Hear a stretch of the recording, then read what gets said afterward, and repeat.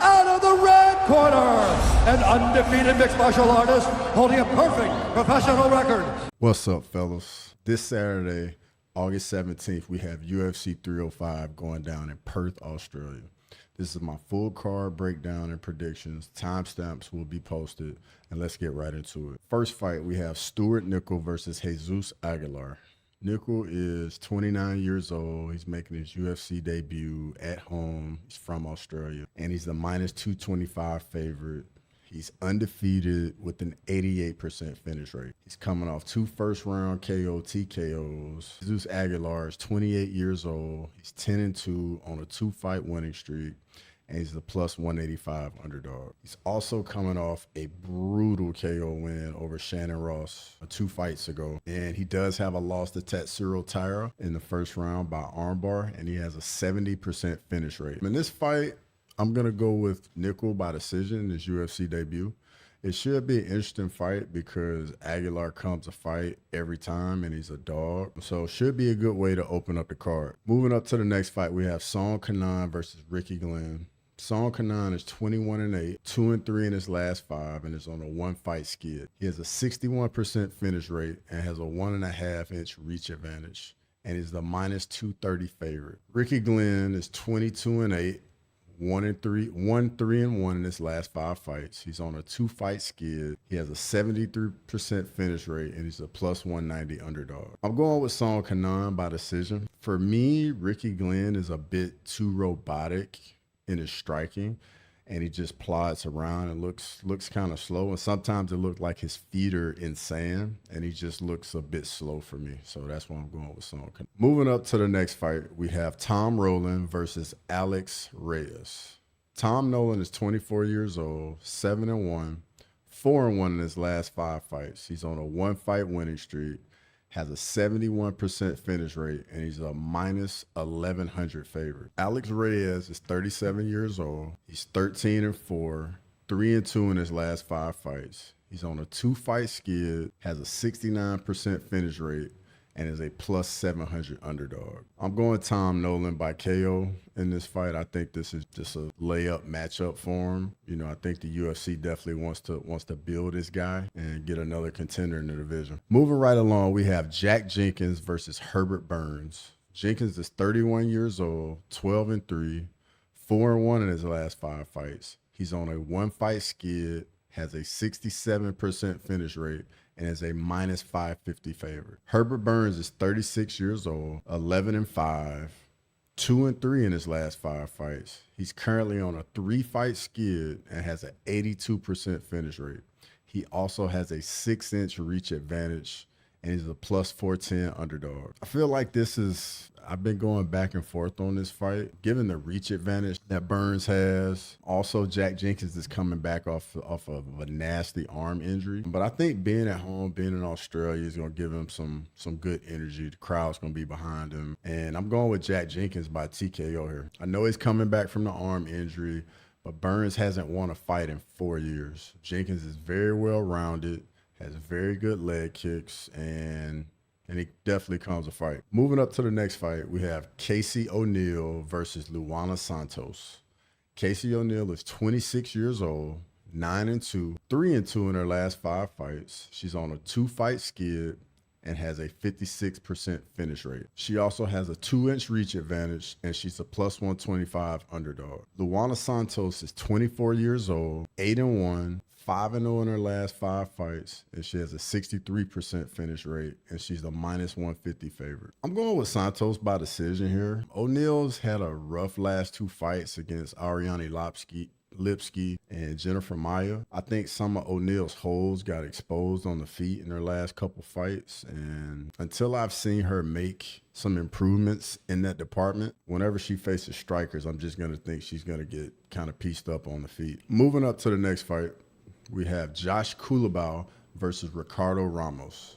Culibao is 30 years old, 11-3-1, 3-2 in his last 5 fights. He's on a 2-fight skid and has a 55% finish rate. Also will enjoy a 1-inch reach advantage. He's also the minus 170 favorite. Ricardo Ramos is 29 years old, 16-6, 2-3 in his last 5 fights. He's on a 2-fight skid, has a 69% finish rate, and he's a plus 145 underdog. In this fight, I'm going to go with Culibao. I feel like he's very well rounded. He has no problem wherever the fight goes. He ripped defeat out of the jaws of victory against Julian Erosa. Ramos' last win was over 2 years ago, so that's another reason why I'm going with Culibao. Moving up to the next fight, we have Junior Tafa versus Valter Walker. He was 27 years old, 5-2, 3-2 in his last 5 fights. He's on a 1-fight skid, has an 80% finish rate, and is a minus 110 near even odds. Walker's 26 years old, 11-1, 4-1 in his last 5 fights. He's on a 1-fight skid. He has a 64% finish rate, and he's a minus 110 or near even odds. In this fight, I'm going to go with Tafa by KO. Walker just, for me, he just tries to wrestle, and he doesn't really do any damage, even when he gets his takedowns. He did too much laying and praying, in my opinion, and he doesn't throw much on the feet. Doesn't really come forward, just gets backed up for really no reason. So that's another reason why I'm going with Tafa. Moving up to the next fight, we have Jingliang versus Carlos Prates. Jingliang is 36 years old, 19-8, 2-3 in his last 5 fights. He's on a 1-fight skid, has a 74% finish rate, and he's a plus 190 underdog. Carlos Prates is 31 years old. He's 19-6, 5-0 in his last 5 fights with all those. Has an 89% finish rate and has a 6-inch reach advantage. Jingliang has big power in his hands, but he's better with looping punches. Prates has that classic Muay Thai style, good long-range strikes, big power in the straight left hand, teeps to the body, also has good knees. So with that being said, I'm going with Carlos Prates by TKO. Moving up, we have Tuicasa versus Jairzinho Rozenstruik. So Tuicasa is 31 years old, 14-7, 1-4 in his last 5 fights.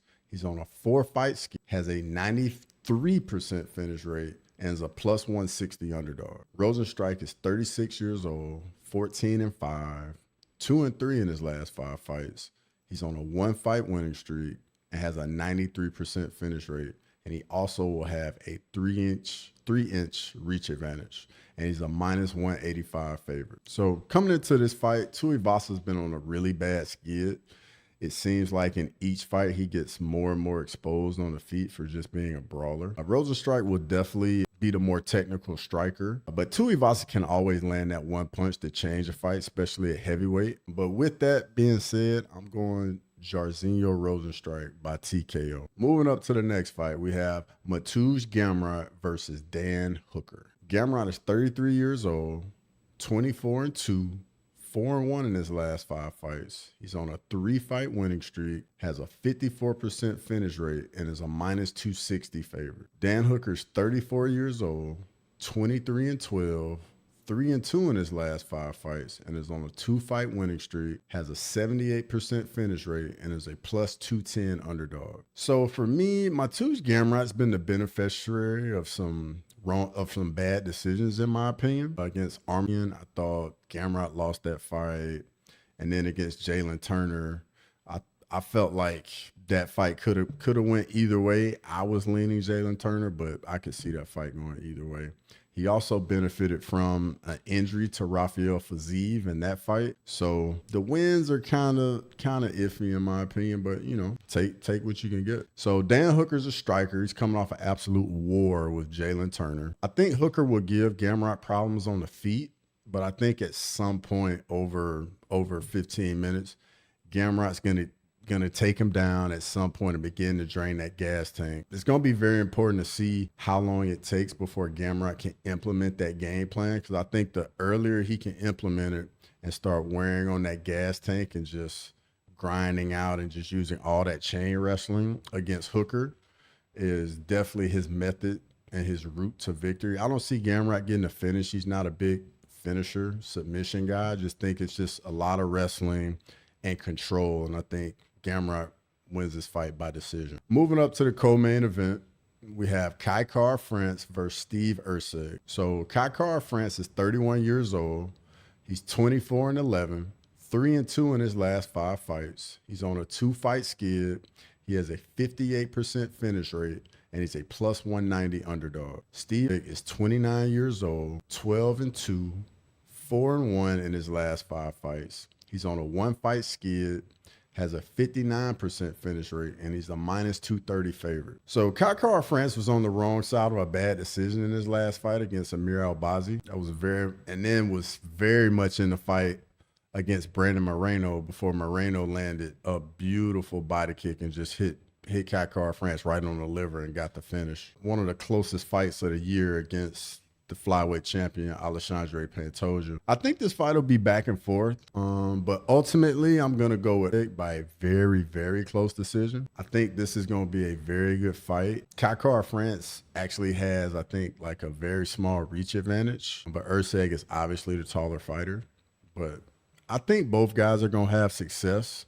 I'm just curious to see if somebody pulls away, because if not, I can see this being a tough fight to score for the judges. And I can see this decision being very close. So moving up to the main event, Dricus du Plessis versus Israel for the undisputed middleweight championship. DDP is 30 years old. He's 21-2, 5-0 in his last 5 fights, has an 86% finish rate, and is a plus 110 near even. Israel is 35 years old, 24-3, 3-2 in his last 5 fights. He's on a 1-fight skid, has a 67% finish rate, and is a minus 135 favorite. So in this fight, Izzy's gonna be the more technical striker. I think he'll even have a speed advantage on the feet. DDP, in my opinion, will have a strength and grappling advantage. So ultimately, you know, this is gonna be the tale of where the fight takes place. I'm curious to see how DDP implements the grappling and how Izzy defends the grappling. Ultimately, if Izzy keeps this on the feet, I see him just piecing DDP up on the feet. However, at some point over the 25 minutes, I do think DDP will either get in a clinch or initiate the grappling one way or another at some point. So going to be very curious to see how that plays out. DDP likes to throw a lot of wild shots in the striking. He likes his hooks from orthodox or southpaw. He did catch Robert Whitaker with a jab coming in their fight, but I don't see that happening against Izzy, because Izzy's style, he doesn't blitz in like how Whitaker does. I think Izzy defends enough of the takedowns. He survives on the ground if and when he does get taken down. And with that being said, I'm going Israel Adesanya by decision and new. Let me know what you guys think in the comments. Subscribe to the channel. Thank you for watching, and until next time.